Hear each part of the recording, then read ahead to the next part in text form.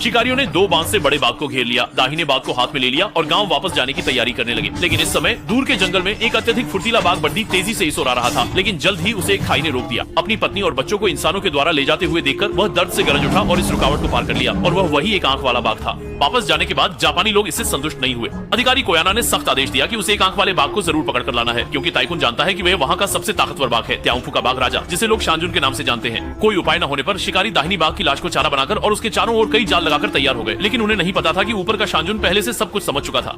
शिकारी दल पास के क्षेत्र में रात तक इंतजार करता रहा। अचानक उन्होंने जाल की तरफ कुछ आवाज सुनी। सभी लोग फौरन वहाँ दौड़े, लेकिन वहाँ कोई बाघ नहीं था, सिर्फ कुछ भूखी भेड़ियों के झुंड थे और दाहिनी बाघ की लाश भी गायब थी। हाँ, एक झुंड को एक बाघ ने बुद्धू बना दिया। दूसरी तरफ पहाड़ का बाघ अपने बच्चे को उठाकर ले गया। उसने उसे पंजे से धीरे धीरे थपथपाया, फिर उसके बगल में लेटकर लगातार सिसकने लगा, और शिष्यों को पहाड़ के बाघ को पकड़ने के लिए उन्हें शिष्य भाई चेन मांडे की मदद लेनी पड़ी। लेकिन घर में आने के बाद से बड़े भाई ने कोई अच्छी प्रतिक्रिया नहीं दी, तो छोटे भाई को चुप रहना पड़ा। कौन जानता था कि चेन मांडे का बेटा छोटा चेन इसकी ओर रुचि दिखाएगा, क्योंकि जापानियों ने शिकार के लिए बहुत बड़ा इनाम घोषित किया था। छोटा चेन खुद जापानियों के पास गया। जब उन्हें पता चला कि वह शिकारी राजा का बेटा है, तो उन्होंने तुरंत उसे एक 3-8 बड़ा बंदूक दे दिया, क्योंकि जापानी जानते थे कि अगर छोटे चेन को कुछ हुआ तो चेन मांडे निश्चित रूप से वापस आएंगे। कुछ दिनों बाद एक बड़ी भीड़ उत्साह के साथ पहाड़ पर चढ़ गई। वे दो मार्गों में बढ़ गए, जिसका अर्थ है कि जापानी सेना और शिकारी कुत्तों से बना समूह ढोल बजाने का जिम्मा उठाएगा, जबकि शिकारी दल दूसरी दाहिनी बाघ की लाश को बर्फ में रखकर इंतजार करेगा, ताकि जैसे ही शांजुन आए उस पर एक साथ गोली चलाई जा सके। टन और बुचिदाओ बोला कितना समय, लेकिन शांजुन प्रकट नहीं हुए। उल्टा वहाँ के शिकार कुत्ते अचानक से नियंत्रण में नहीं रहे, आगे बढ़ने से डर गए और सब मिलकर भागने लगे। यह ढोल भी नहीं बजा सके। फिर देखा कि सामने पत्थर के पीछे शांजुन अचानक प्रकट हो गए। ये 100-125 लोग डर के मारे हिल भी न सके। उन्होंने इतनी विशाल बाघ कभी नहीं देखी थी। शांजुन की एक दहाड़ के साथ सब लोग इधर उधर भागने लगे।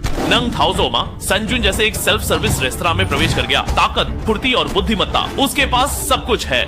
चाओशियन इतनी डरा हुआ था कि भागने की भी शक्ति नहीं बची। तानजुन उसके पास से गुजरा, लेकिन चाओशियन के साथ चेनमैंडे की गन सूंघकर उसे छोड़ दिया। लेकिन इसी समय एक जापानी व्यक्ति ने संघर्ष करते हुए बंदूक उठाई। चांजुन ने गुस्से में मुड़कर देखा और चाओशियन को लगा कि शांजुन उसे नुकसान पहुंचाने वाला है।